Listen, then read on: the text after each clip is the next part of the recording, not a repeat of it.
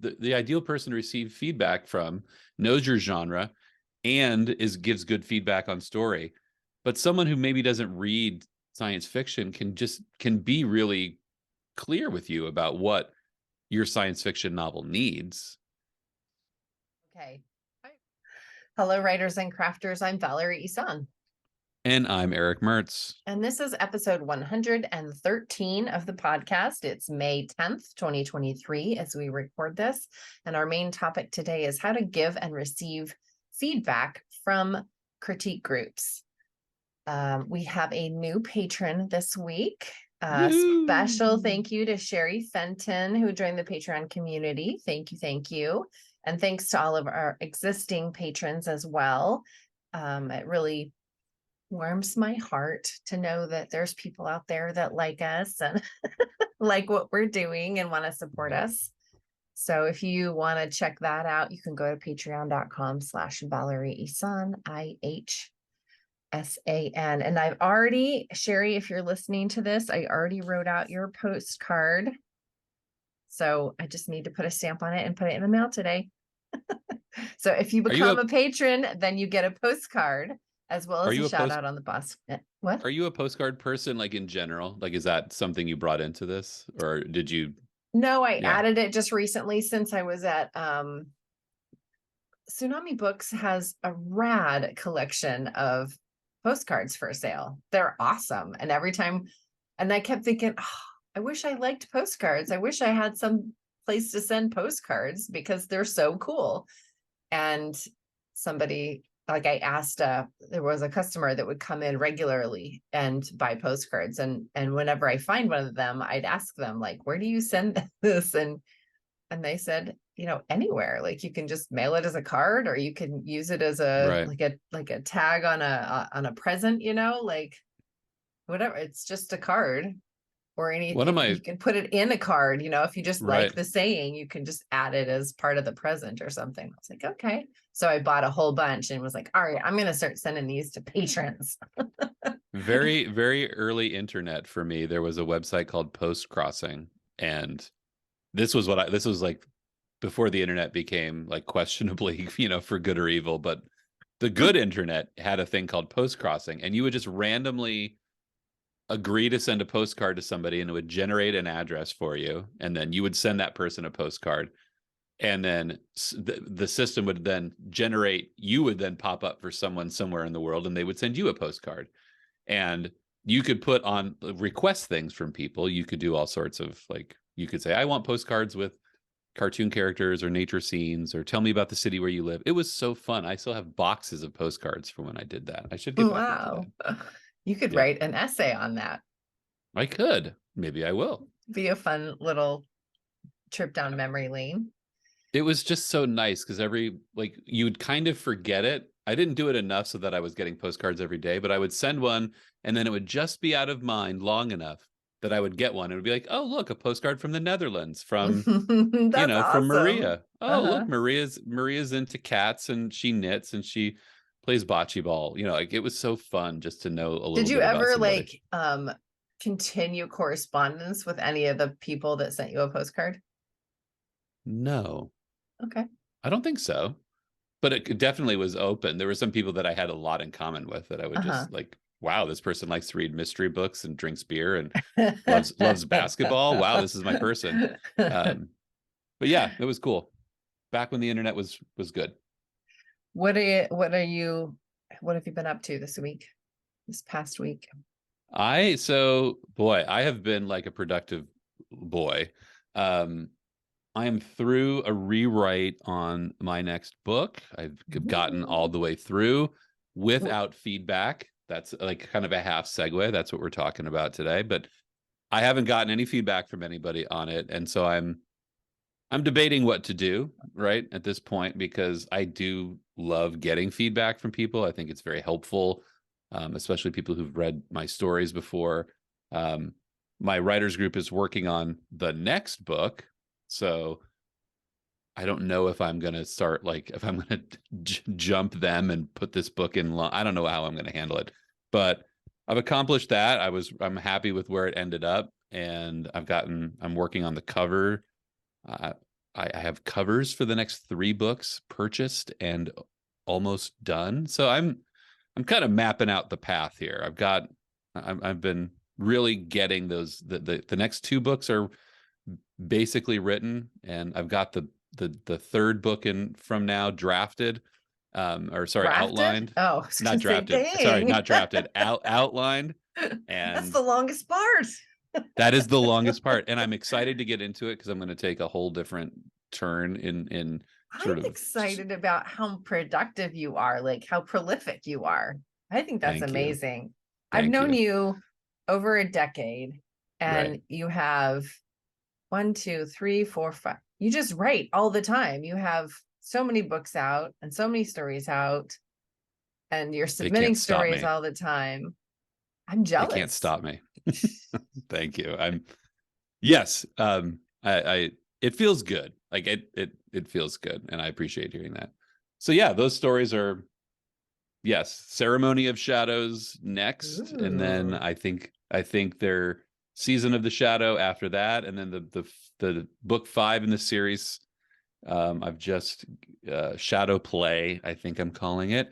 Um, yeah, I'm gonna play with a lot of different. I think between these 3 books, like it sort of, I want to do something different in every book. Like just use each book different for a different either storytelling technique or highlight something. I think that's how it'll keep fresh for me because I'm Hmm. not going to just write a formulaic same book, same style every time. So, and it might just be slight, subtle things to show that are those differences. But alas, I think each one of these 3 books has something a little different, and I love it. So. What about you? I'm curious about what those Uh, differences are, but maybe that's for another conversation. that will be another conversation. What about you? Um, What do you, well, I don't know. My bank a couple weeks ago sent me a new card. Like it has ooh, new capabilities, a new debit card that has the tap feature, which I've never used. uh, I don't like that. So it's a whole new number and everything. And they're like, all right, you're gonna have to like, activate this and change it everywhere. And I tried to activate it and they were like, nope, it only is, May 8th is the day you can do it, which I'd never heard of before. So Wait, I you had only to, one day. That's it. well, that was when it was gonna go live and the other card was gonna stop working. Oh, okay. So you had to Wow. like get in and change, all of the places. And of course I didn't. I took Monday off because I needed the rest. And Right. so yesterday I was like updating my bank card everywhere and all of the places. Like I just happened to have a I think it's probably a partial list, but I happen to have a little post-it note on my computer screen because when I was going through my expenses and trying to decide what I could get rid of, I had a Right. list of all of my subscriptions and I was so I ended up canceling 3, I think, subscriptions. And so I still had this list here. So thankfully that was there and I could just go to all those places and change my card on those places because they're like auto pays. So I Right. think I have them all, but that takes a long time. Oh yeah. It was That's all I did yesterday was like update my bank card everywhere, which was like, what? I mean, it's part of your business, but Right. Right. it just took forever. I did a story Weird. diagnostic for a client this Cool. last week. That was really fun. He was one of those like perfect clients, the one that you want, to always do business with. He had a growth mindset. He was like, I can't wait to have this conversation with you because it's only going to make the book better. And, so it was just because some people, and this might be it, maybe I should wait. And this could have been a good segue, but we haven't talked about our books yet. But um, yeah, he really was open to feedback and oftentimes people are like afraid to get feedback or get defensive with feedback Oh yeah. and he just Yeah. really wasn't. He was totally open to whatever I had to say. And so that, it made the conversation so much nicer and it was more Yeah. fun and he was excited and it was great. So I love clients like that. I wrote more in my writing how-to book co-writing project. And I also did a one-off. I went and did a home visit for a client, which I don't like doing, mostly because I want my coaching business to be a global business. When I move out of the country, I want to be able to do stuff via the internet like this and via Zoom. And so I want people to like be on that wavelength. And I know that some Right. memoirists are of an older generation, and sometimes technology isn't their friend. And so that was kind of why I went ahead and did this home visit. Plus, he wasn't a past client. So I had edited one of his books years and years and years ago. So I went ahead and just went to his house and was trying to help him upload a book because he'd always used KDP and had Hmm. never tried using Ingram. So I was trying to help him, and he had the wrong files. And so we just had a long conversation, and I showed him how to do some things. And so that was a little pro bono, like just helping out, passing it forward, paying it forward. So that's what I have been working on this week. You know what? I have a person that I have been working with for a long time, and you know, he's paid me for every job we've done together, and he came recently with a request that seemed, I don't know, it just felt like he was struggling. He'd written a lot of books. He was struggling with getting sales. He wanted some help with some things and offered to pay for it. And I was like, you know what? I just can't. Like, I'll just do this. How about I just do this for you? Like, I felt bad. Selling books is difficult, and going at it even with your best everything effort and following all the advice out there, it's still hard to sell books. And so I was like, you know what, I'll do this one for you. And so I did a layout for him for free, and helped him put it up on Amazon, and sort of gave him some more tips on how to use his own Amazon. It's just nice sometimes to do a nice thing as part of your business mode. Mm-hmm. You don't have to make money on everything. So Yeah. what are you reading? I just finished reading House of Hollow by Crystal Sutherland. It was a recommendation from Sasha Black, I think. Mm. But it was another one that I had just kept hearing about. And it's YA, which I don't normally read, and it's fantasy, which I don't normally read, but it was fan-freaking-tastic. The pacing Mm. was amazing. The story was really cool. Like, I even did a review for this book, which I hardly ever do reviews for anybody. So it was, I think what I really liked about it was the fantasy wasn't, I was going to say tropey, but that's not the right word. Usually when I read fantasy, it has, well, how do I describe this? It just was out of the ordinary. The fantasy elements of it were a surprise to me, and that was cool. There you go. So So it wasn't tropey. Like, it tropey would be wasn't like, tropey. No. yeah, Mm-mm. yeah. I mean, maybe it was actually, and I just didn't know because I don't read a lot of fantasy, but the fantasy that I do read has all been, like witches, or, like Right.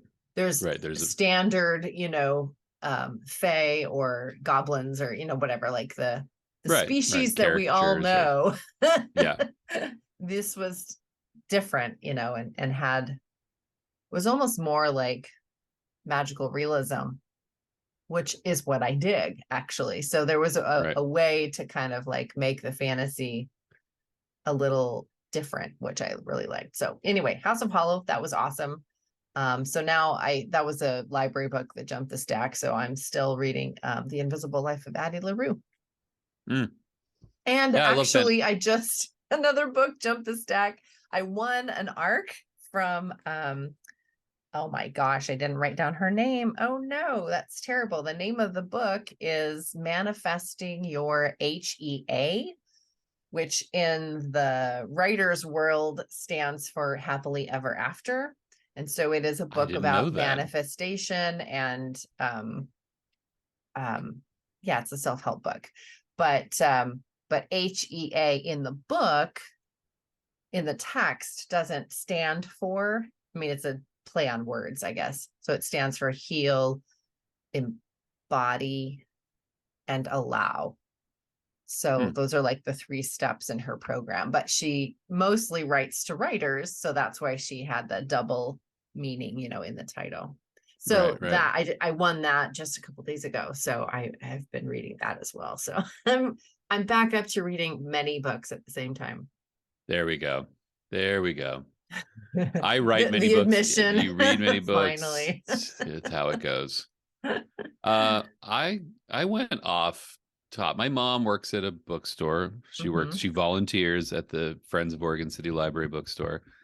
And she does this thing. I love her for many things, but I love the fact that sometimes when she gets they receive large donations, she'll put them in her car to sort them out at home. And then I show up at her house and there's like 400 books on the floor and she's sorting through a donation and she'll say like, oh, these haven't been sorted and logged yet. And so that happened on Sunday. There was like her car was loaded with a bunch of stuff. And so I had been really looking for something that like just out of what I normally read. And I picked up a Lisa Jewell sort of thriller. She's a New York Times bestselling author. She's, my mom's read every one of her books. And so when I grabbed this one called Then She Was Gone. And what I love about these books is like they just have great back cover copy, right? You read this thing and you're like, oh my gosh, of course I want to know what happened to the daughter that went missing and then, shows up 31 years later or something. Like that, just the hook is so, you are a fish, that is a hook, do what hooks do. Snag. And, so I grabbed a stack of these. Well, the stack I started with was like, a yard high. I got a yard of books. And then I ended up whittling it down to like 5. But I don't know. It's an interesting read. It's not something I normally read. It's very hooky. Like it's got this like this character hook you could just feel it set within 2 pages. Like, oh my gosh, this poor woman, this trauma is real and I need to know. So it's going to be a different and interesting journey because again, like it's not high-minded sci-fi or some other stuff that I normally read. So I'm looking forward to finishing it.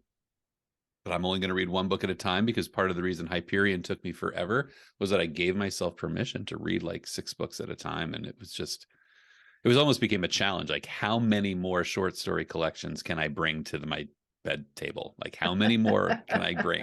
Like I was just grabbing them wherever I could see them. Like, they're just short stories. I'll finish this novel in plenty of time. So yeah, Lisa Jewell. Excellent. I bet you it reads like she got great feedback from somebody. Like she just probably an editor, probably a big New York City editor, but she got good feedback, I'm sure, on that first draft. All right. Well, let's talk about feedback.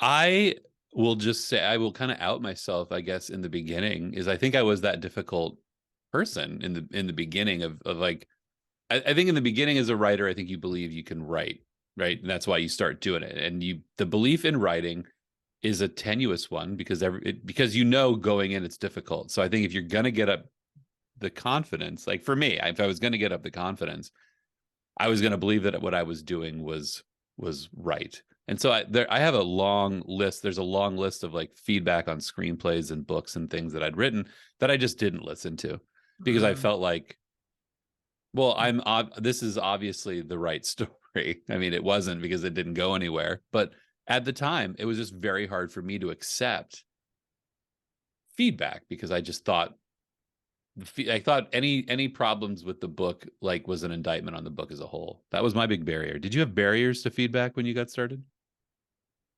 Well, the first book that I wrote was a memoir. So a lot of what I would bring to my critique group were essays. And so it was hard the only time I ever remember feeling like really discouraged, like, oh my God, it was when the book was written, but the structure still was like lacking or whatever. And Right. And somebody finally said, like, look, I think this will be a fantastic book, and I think that it should be done like this. So I think you need to rewrite it so that it does this, whatever that was. And that was really discouraging because I had to redo it all over. Right. And now I get to be the person that says that to other people. This would be great if you just did this to it. Right. And that's my job as an editor. And I enjoy talking story with people, talking shop. And so I feel like the trouble people can get in when receiving feedback is when the feedbacker, the person giving the feedback, doesn't use constructive vocabulary. I think that's the Yes. number one cause for harm that can be done in critique groups. Yeah. I think the Yeah. next biggest thing is I have two minds on this, but getting feedback from people that don't read your genre. Oh, hmm. Interesting. I have a opposite feeling about that, actually. Well, and I think I I'm gonna agree with guess. I think I agree with both sides. I mean, I think it's just something you need to be aware of. If you know Okay. your genre and you write in your genre, and then somebody comes back and says, well, this just needs to, like red pen all over it. Maybe it's because they don't understand the genre and the expectations of the reader. For I can see instance, that. yeah. And I've I had think that that's experience. So right. if you're not familiar, I agree with you also in that it's nice to have completely different person reading it to see maybe what a lover of the genre wouldn't see, because they would maybe skim over it or allow it because this other part is so great. You know what I mean? Right. But I'm gonna say that I think that it's up to the feedback. I mean, I think it comes down to the feedbacker, the person providing feedback. Uh, Writers Group Gary is, he's you need to he make him a doesn't. shirt. Does he know about Writers Group Gary? Does I Gary have. know about Writers Group Gary? Gary's aware. Gary's aware. I don't think he likes it. Aw. I mean, Gary, if you're out there, like, it's all out of love, buddy. Um, his feedback is thorough, Mm-hmm. and it's like he has just enlightened me to this idea that it is about story, and whether or not you're writing fantasy, science fiction, you know, cozies, whatever you're writing, the elements of story are the same. And a few times he's actually given me feedback that has indicated, like, you are using genre in this place to mask a lack of a story beat that you don't know. Like, he's said that. Mm. And so I think it's important to, yes, your ideal, the ideal person to receive feedback from knows your genre and gives good feedback on story. But someone who maybe doesn't read science fiction can be really clear with you about what your science fiction novel needs. I agree Because with that too. yeah, yeah. So I am no longer in a critique group. I Hmm. quit my critique group ages ago. That would be it. There's a t-shirt for you. I quit my critique group. And it's just like a writer running down the street with like a pen and this crazed look on her face, like, I quit my critique group. We all want to quit our critique group. We just can't. It did take me a long time to quit because every time I thought, well, should I? They Um, critiqued you. They were like, I'm sorry, this story doesn't work. Where you quit. This doesn't. no. I was kind of checking in with myself to see if it was Right. serving my needs anymore. And there always was something that I was getting out of it. And it wasn't all about me too. Like I wanted to be there to provide feedback for other people too. Right. And I knew that that would only make me a better writer and a better editor and all of that. But what got me to actually stop was a little more awareness about my personal writing process and how the critique group was getting in the way of that. Mm, So I that's a big was revelation. writing, I don't want to bring newly drafted stuff to a critique group. Our critique group had evolved over a decade, and it had gotten to the point where we were taking not rough draft stuff. It was more like second draft stuff. Like, you know Right. what your story is, you figured it out already. And so the feedback we were getting wasn't like line editing stuff, it was more story stuff. And when I was rough drafting, I wasn't still 100% sure of what the story was. I mean, yes, I'd outlined it, and I could have conversations about that when they'd say, well, like, what happens later in the book? Like, does this need to be here? Why is this here? You know, so I could answer questions like that. But I would have so much anxiety about hurrying up to write something to bring to them. And then I would take their feedback but it would end up like, it was the editor brain while I was drafting. I couldn't do it anymore. And so it was stopping me from writing and Hmm. enjoying the writing process. So that's why I ended up quitting, because it just wasn't the right feedback I needed anymore. I needed a whole story diagnostic. I needed someone. So I actually formed my own little like book club for manuscripts. So Hmm. people would turn in their whole manuscript and everybody would read it just like a regular book club, and we'd meet and have grapes and cheese and, you know, talk about the book. It was basically a thumbs up or a thumbs down. You know, it wasn't line editing or anything. It was just, did the story work? And that's what I needed. I Hmm. needed to know, like, is the character, is there an arc, you know, like those things that we Right. talk about on the show all the time. So there's different kinds of critiques. There's different kinds of groups.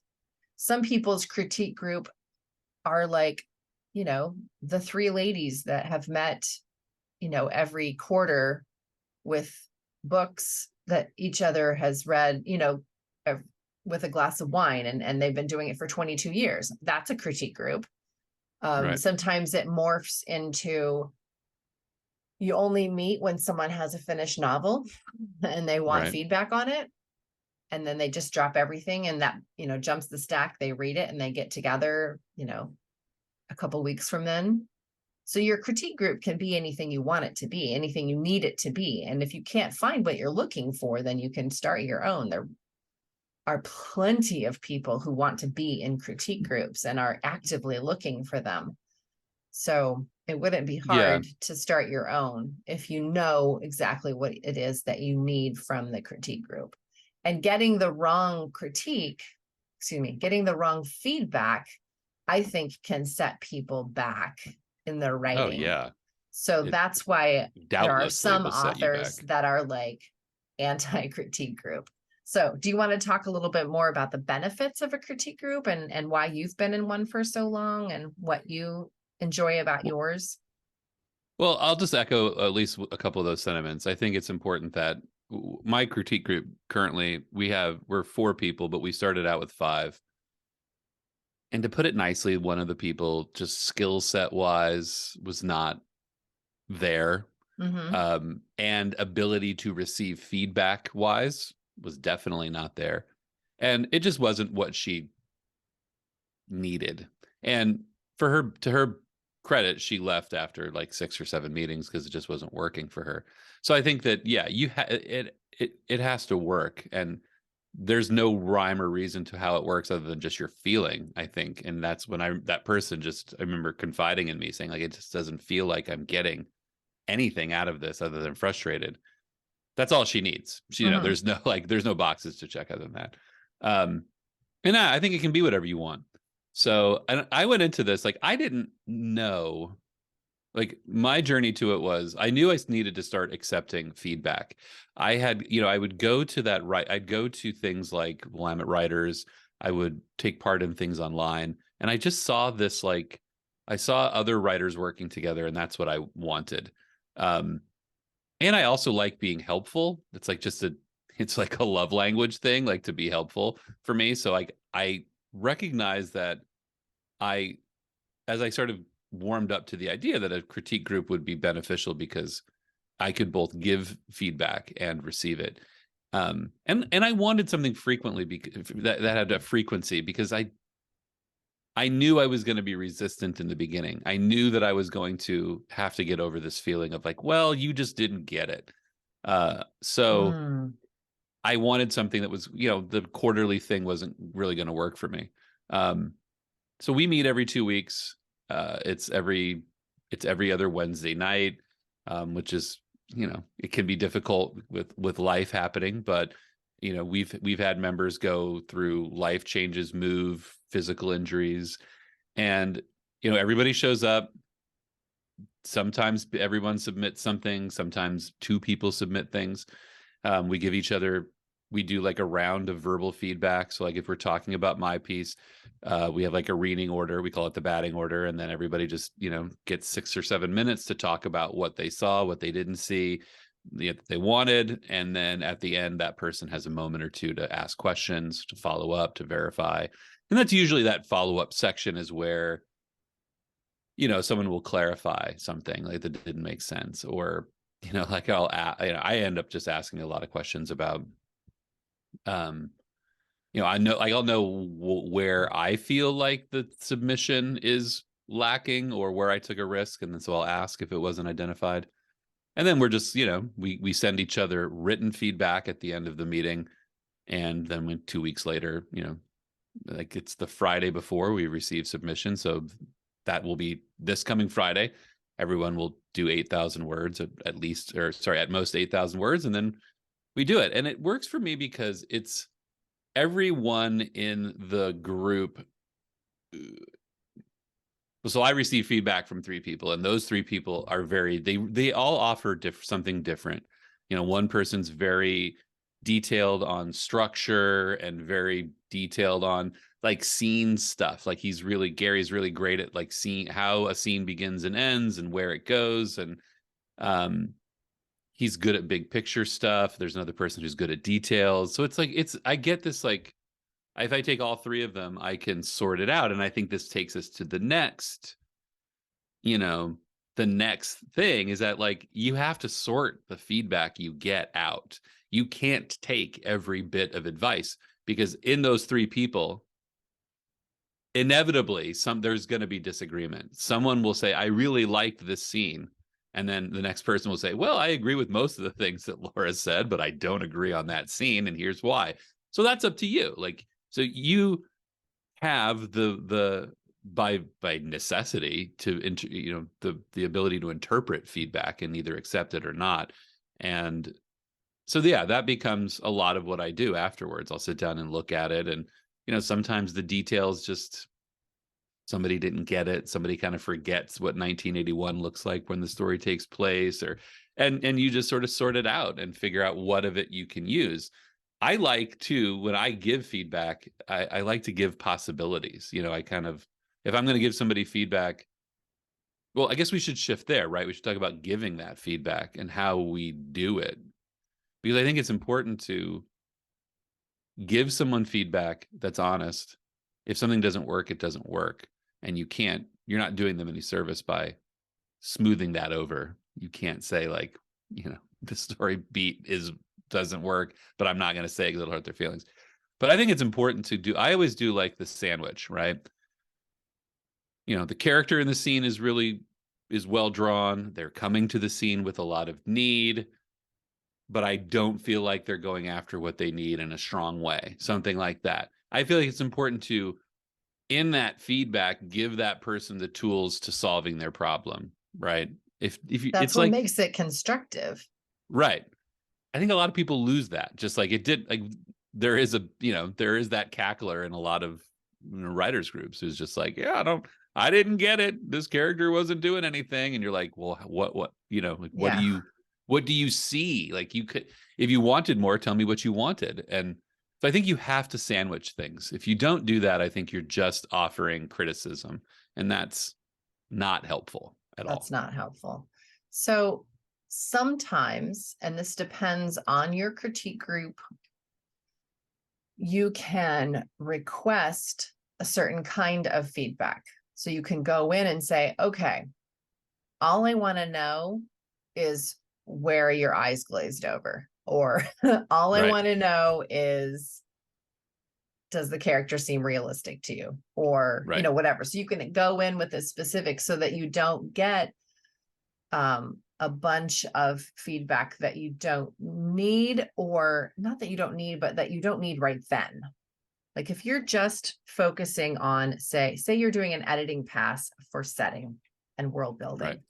So if you take it to somebody to look at it, can you just look at this and tell me what you think about the world building? Do you feel like you're anchored in the scenes? Can you visually see what's going on? How did I do in that regard only? And then the person that's reading it, can put that filter on and be like, all right, I'm just looking at this, and can really dive into it and give you that constructive feedback. Yeah, we have someone in our group that definitely just brings that raw. She started with a full book that she had already written, but now she's trying to figure out the next book. And so there's been a lot of just, and she'll say, don't ignore the last submission that involves this character, this setting, this story. This is just like she's trying things out. So Mm-hmm. she'll say, right. And I think that's important because You know yeah, what you you don't need. always, you know what you need. And if you don't know what you need, then you say that. Like, I don't know where I'm going. Tell me where this takes you. I don't know. Like, Mm-hmm. so yeah, I feel I like think that's something's like, missing, but I don't know what. That's right, perfectly fine to say when you submit something. right, right. I think, and I think that comes with confidence in yourself as a writer, in that that you do know what you need, because not everybody believe, that's a trust in yourself to understand that. But then I think there's also that trust in the group that yes, I can tell them what I need and they'll give it to me. It's a big step. And that's why I don't leave this, I wouldn't leave this group um Because you this trust summer. them. I trust them, right? And I don't Mm-hmm. think I could get that um as it would take a while to figure that out. I'm sure it would come because I'm open to that. I'm open to it, but I'm also like, no, these are good. Don't go away. Please don't go. So, I want to say something, and I didn't know where to put it in this conversation. I don't know where it fits in, but I want to make mm, sure that it comes up. And that's and when you first started talking about critique and having to master that mindset of not that you didn't want to receive feedback, but that you thought it didn't need it. right. So I just want to say that everybody feels this way. And I didn't know that. So when I would think, wow, this is pretty dang good. I think I did it this time. I think this is a good book, yeah, I can Right. add some more setting in, but I think this is pretty solid, and you get really excited, like, I'm not going to have to really edit this very much. And Right. this is really great. Okay. Here you I are feel I running down feel the really street with your good. pen in your hand. Yeah. And then you I did hand it. it to the editor or the critique group or whoever you're getting feedback from. And then you get back the right and true feedback for your story. And you're like, whoa, okay, there's a whole lot more here that I have to do, I thought. And so there's that, like, I mean, frankly, a letdown. Like, Yeah. okay, there's this big weight on your chest. You've got like all this stuff to do, and you thought you had it made, and this was the best you could make it. And now I have to change it all. And, it becomes, stressful. And we can talk a little bit later about how to deal with feedback and the emotions that come from that. But I heard on a podcast, Rachel Herron said the exact same thing. She was like, I wrote this book. It's going to be, it was great. I thought it was like the best thing I'd ever written. I was really excited about it. And I honestly didn't think I was going to have to do any really big editing. And I handed it to the editor and they brought it back. And I had to Yep. do a lot of editing. So I felt so happy hearing Rachel Herron say that on her podcast, because I was like, oh, okay, it's not me being a bad writer. It's not me Right. being oblivious to my own weaknesses and failures. Like, no, this is just part of the writing process. You get excited about your work, you think it's really good, you're doing the best you can. And then when you hand it off, it's time to wipe the slate clean and be like, all right, I'm open. Here's my vessel. I will take Right. in any information you have for me. And just having that mindset of, I know it's going to have work, even if you feel like this is the very best that I can make it, which you should, you should make it as best as you can and then turn it over to somebody else. I think there's two things that I get that I felt for me and that I see in reflection, I see, but I couldn't obviously see in that moment. One is that you don't know what you don't know. And I think that's like a cliche out there, but I think it's a cliche for a reason because it applies to a lot. I didn't know what I didn't know. And frankly, I think the only thing I really did understand was that, and this sounds really, I mean, this sounds weird to say, but like I knew I knew that there was writing that I was better than. Like I would read things and I would say, well, I'm better writer than that. This is my story's better than this. It's cleaner than this. It's a clearer story than this. I could identify the problems in other people's work, but I couldn't identify it in mine. And that for me was a big shift, was like, oh, I don't know how to see what's wrong with my own stuff. I see it for what it should be. It's like your child, right? Like everybody's child is brilliant and handsome and, you know, and the truth is like and this sounds terrible, but like there's like things without work are ordinary, and even children, and like we all need polish as people, and our work does too. And so I didn't know how to see that. And the other thing, again, and I've said this before here, and I've probably said it before in a lot of other places, is that just I didn't understand the value of community. Like I was taught to network and connect with people who were above you on the food chain, and your fellow writers are on the same rung as you and I thought as me, and I thought, well, I don't need to network with those folks because they're the same place I am. Wrong, because if we're all moving forward, then we're all going to the same place where we want to get. It's easier to get there together. So yeah, I think it's important to like, it's humbling, it's hard, it's really hard to feel like you just handed in your best submission ever and to get more work out of it. But ultimately, you have to trust that extra work is just going to lead to a segment of work that is even better. So, yeah. Yeah, I am suspect, or not, I am suspect. I feel suspicious when I hear other people say that they don't really edit their books. Like by the time they're done with their draft, it's like a clean draft because they sort of like edit as they go. And maybe that is your process and you're putting out books and they're great. But I can't see how to do that. That's not my writing process. And so I'm always a little bit suspicious of people who think they don't need to edit their work. Like a little suspicious. I'm going to say like I am full on tinfoil hat suspicious of people who say that, because look, and this is, I mean, I don't know everyone who's listening, but I trust that the people who are listening will take this the right way. But like for many generations, the art of writing a book was considered hard. And part of the reason it was considered hard was because there were gatekeepers, editors, publishers, right? Like there was one path that was traditional and it was considered hard, and everybody had to try to get their science fiction book through the same 5 or 10 science fiction editors and publishers. Now, because we have the ability to self-publish things, there is this false belief that like, well, now writing has changed and now storytelling has changed. And it has changed dramatically, but it doesn't change. And I say this all the time to people who like clients who come to me and who have this mindset. I say, you are still tasked as a writer with creating the best possible story to satisfy readers' the like readers who have high expectations of your story.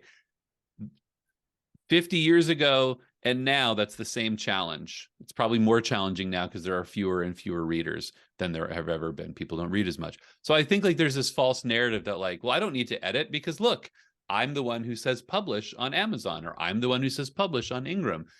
You can do that. I can put my tax returns on Amazon, and that would be like, it would, probably publish them. Who knows? It's a wild west, but it doesn't change the fact that if you publish something that's that substandard, a reader's going to look at it and say, eh. So yeah, you don't need to edit your book if you don't care, but if you want readers to read it and identify with it and love it, you are doing the same thing that people have done for 150 years when it comes to publishing books. You're no different. Sorry, there's my rant. Where's my Where's the soapbox? soapbox? I just kicked it away. I just think this is such a false. I actually have a colleague, and I don't mind saying this because I know she's not listening, but she would say like, well, I have these clients and they're going to self-publish, so the book doesn't need to be that good. And I'm like, no, that's wrong. That's so wrong. Well, she's like, people don't compare. She had this narrative in her head that like people who buy a self-published book are not going to be as critical of it as they are of people who write as of Stephen King. I'm like, that's not true. That's actually probably the opposite, right? When you buy a Stephen King book, you know you like Stephen King. So when his stories don't work, or when he does his Stephen King thing that you don't like, you pass it off because, oh, it's Stephen King. But like, you as an independent author who nobody knows don't have that cachet, and you can't rely on your reader just to say, oh, well, it's Valerie, so like it's fine. This hole in the story doesn't matter. Like, that's not true. It's so demeaning to readers, I think, to think that way. Again, I just got my soapbox back. Somebody please just take it away. So one thing, I guess, and this is, I don't want to make a blanket statement because everybody writes different, has different process, but why not you? I wanted to kind of give like a time frame, I suppose, for those newer writers. Once you write your book, and you go and you have your feedback and now it's time to edit it, keeping in mind that it might take you just as long to edit your book as it took you to write it. I don't want that to be scary, because if it's your first book and it took you like 8 years to write it, it's not going to take you 8 years to edit it. But, if you spent 3 months writing it, probably you're going to take 3 months to edit it at least. So writing it might be the hard part for you, and editing might be easier, but it's going to take just as much time, I think. And people should know going in that editing is part of the writing process, and writing a novel or any book is a great accomplishment. And when you write the end at the end, it's a euphoric feeling, like you did this amazing thing that most people only talk about doing, and you finished it. And you accomplished it. And that is a huge reward in and of itself. And the book is not done. Yeah. Just so you know. Yeah. But and getting to that part is still amazing and mind-blowing. And most people don't get that far. So good on you. And now it's time to edit. I think it's also worth mentioning that for a lot of people, rewriting is actually liberating and fun. And rewriting, because that's what hopefully you're doing with an edit, is you're taking that and you're using that to rewrite your book. Like, so many people I see like, oh my gosh, I really love it. I heard somebody once say, and I take this with me, like when you go to prepare a meal in like, in a clean kitchen, there's a little bit of pressure because like, everything's pristine. But like sometimes it's like going in and to prepare a meal in a messy kitchen. It's like there's no pressure. It's already a mess. Do whatever you want to do. Like now, like you can you have a little more freedom to like to get in there and do what you want. And I think that for me, like going back and doing this rewrite on this, my latest, is like, it's been really liberating to put the pieces together. I'm doing it without feedback, and the next rewrite I won't be doing without feedback, but it's still like nice to go back in and say, oh, I wasn't sure how this was going to work. Now I do. That's great. Open yourself to that feeling. All right. So on the subject of giving and receiving feedback in critique groups, taking it back to the beginning there, Right. receiving feedback from critique groups, keeping in mind that you're going to get multiple ideas from multiple Right. people because you're in a group of people. So Right. taking that with a grain of salt, grain of Right. sand, grain of salt or grain of sand, Grain of salt. grain of salt. Thank you. and and also going in with that open mindset, that growth mindset. Okay, these people here are just trying to help me make this better so that more people will understand it and connect to it. So Right. going in and receiving feedback that way. Also, receiving feedback is hard sometimes, especially if Right. you write memoir, because then it feels maybe like, oh, they're Oh talking yeah. about me, and that my life is boring. No, it's not that your life is boring. It's that the way you've written it down is not accessible. And if you Right. add this and this and this, it'll make it not boring, so Right. it's hard to sometimes remove yourself from the feedback that you're getting. And whether it's memoir or fiction or whatever it is, being able to put some distance between you and the feedback so that what you're and by distance I mean that it's all in service to the story. So Right. anything you hear, you could be like, if it starts to feel uncomfortable, just remember it's just for the story. This is for the story. This is going to make the story better. It becomes like this mantra sort of in your head as you're receiving the feedback. When you're giving the feedback, like you said, start with something good. Start with what worked. Right. I tend to, when I'm doing a whole manuscript review, I tend to pick the things that I think would make the most difference in the novel, like 2 or 3 things, because, the list can get pretty long if you're looking at a 300-page book, as opposed to like 10 pages from this week's critique group or whatever. So if you're looking at a whole manuscript, then, picking those things that would make the biggest difference. Like if Right. if they only did 1 thing or 2 things to this piece that they brought you, what are those 1 or 2 things? Because if they make that change, then the story will be that much better. And even if the other little things don't get picked up, which they might just self-resolve because of these other fixed things. I feel like I'm devolving in my vocabulary. I'm starting to say things, and do you know Yeah. what I'm talking about? Things and stuff. Oh yeah. Yeah. Yeah. Yeah. Okay. Me things do. Um, and I think understand as well. It is a process. Like giving and receiving feedback is a skill. Like it's like any other relationship.